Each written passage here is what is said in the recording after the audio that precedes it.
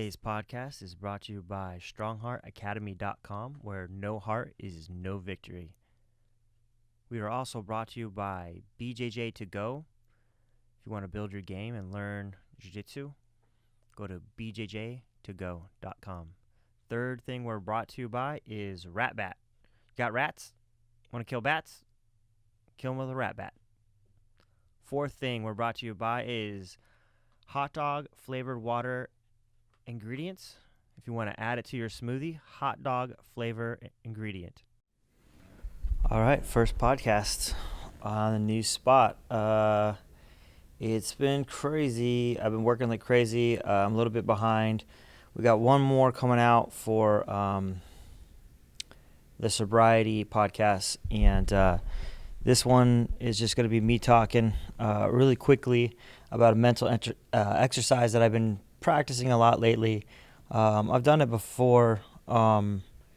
It's not easy. It's not easy, but it's very helpful. So basically it's being able, the saying of step out of yourself, or walk a mile in another man's shoes. So the goal is to take yourself out of a situation and see it from somebody else's point of view. Now, that's easier said than done. One of the ways that you can do this is you can pretend that you're in a movie and then recognize all the characters in the movie, in your movie. So who's in your movie, and who are the players in your movie, in your life, and then try to see yourself in those characters. So try to see yourself being the lead lady if you're a guy, or vice versa.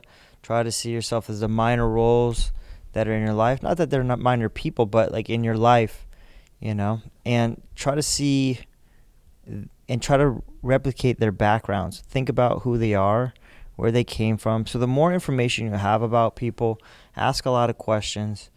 And I find it easier to understand why reason people do the things that they do. Sometimes people baffle me the way that they act. Honestly, like they just act crazy. Humans don't always act rationally.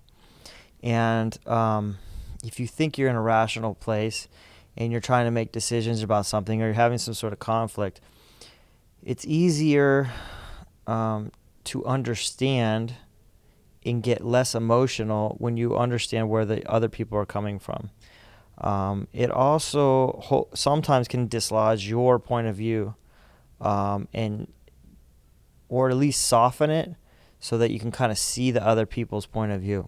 But when you're like for me, sometimes I'm just absolutely baffled why this person is doing something like crazy. Why are they acting that way? Why are they doing this? Why are they doing that? And sometimes just understanding their backgrounds, and that sounds, you need to know these people fairly well and kind of know a lot about them, or ask about them. What are their backgrounds? Where did they come from? What were their past experiences? What were their family life like? What is their current family life like?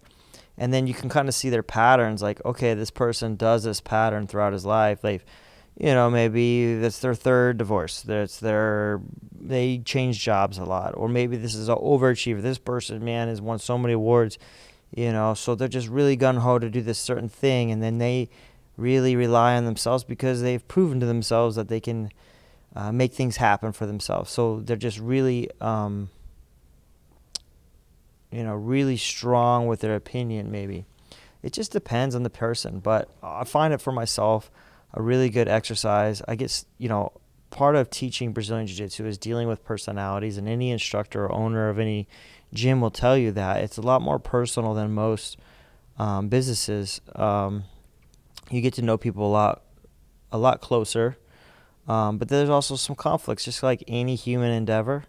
Humans conflict with other humans, and the older I get, I feel like I've been more mature about it, and but it's not going to stop.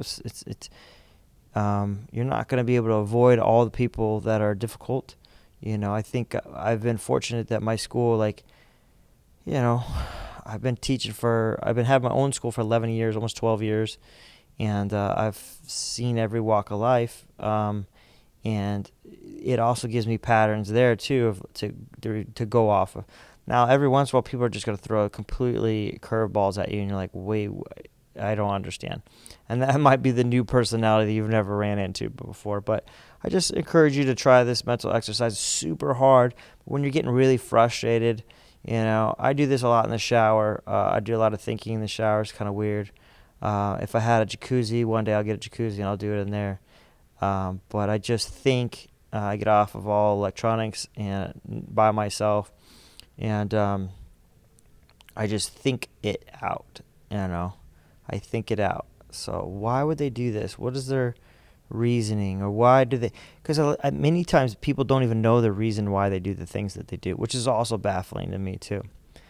They have no idea why they made the decisions that they made. And then they get confused too why certain things keep happening over and over and over again. Because it's hard for them to come outside of their self and see themselves from somewhere else. And I'm assuming I probably do the same thing. Certain things happen to me. I'm like, why is this happening? And that's good self-reflection, man. I really believe in self-reflection. Don't be so sure of yourself. So, thank you.